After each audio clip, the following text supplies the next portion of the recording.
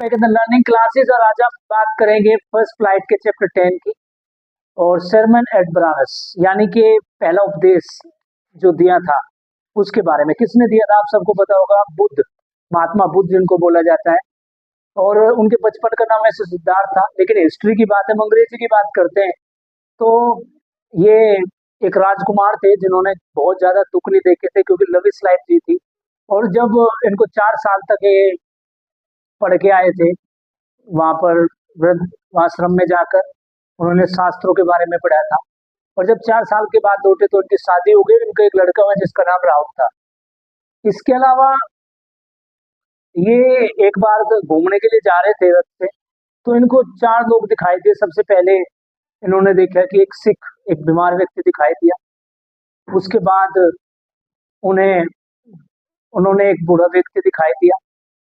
उसके बाद एक प्रोसेशन सेरेमनी, यानी कि जब कोई मर जाता है उसके वो दिखाई दिया।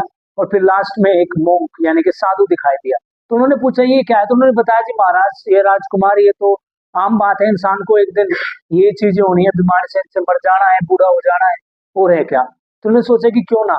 तो उन्होंने 25 साल की उम्र में जो राजकुमार ने वो अपना जो महल था वो छोड़ दिया और ज्ञान की तलाश में जाने लगे, एनलाइटमेंट की तलाश में।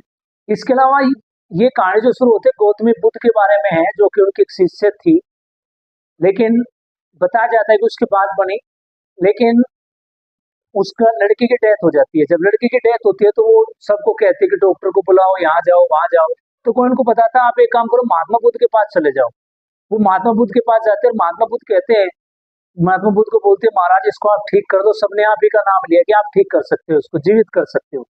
वो कहते देख मैं इसको जीवित कर दूंगा, लेकिन शर्त एक है कि आप ना मुट्ठी भर सरसों के जो जाने मस्टर्ड सीड्स लेके आ जाओ, लेकिन उनके घर से लेके आना जिसके घर में कोई ना मरा हो।